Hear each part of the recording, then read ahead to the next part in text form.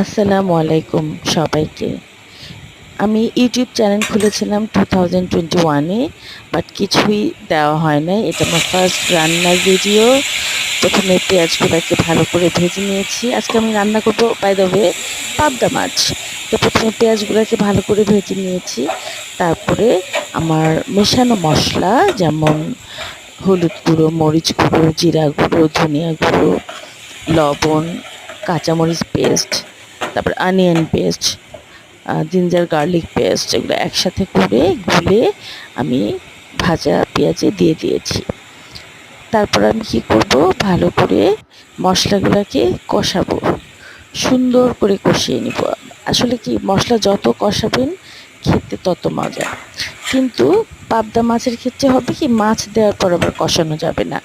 মাছ দেওয়ার পর একটু নেড়েচেড়ে পানি অ্যাড করে দিতে হবে, না হলে মাছগুলো ভেঙে যাবে। তারপর আমি একটু মশলাগুলো মাছের সাথে মিশিয়ে পানি অ্যাড করে দিলাম।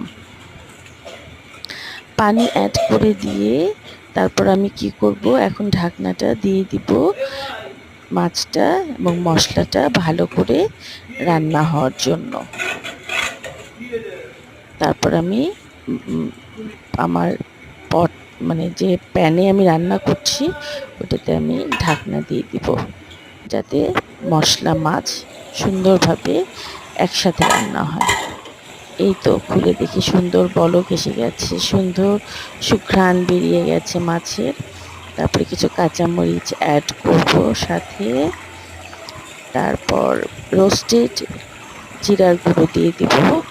আমার আবার মাছে মাংসে রোস্টেড জিরের গুঁড়ো না দিলে ভালো লাগে না। এটা দিলে একটা সুন্দর অ্যারোমা বের হয়, খেতে খুব ভালো লাগে। এই তো এভাবে আজকে আমি পাবদা মাছটা রান্না করেছি।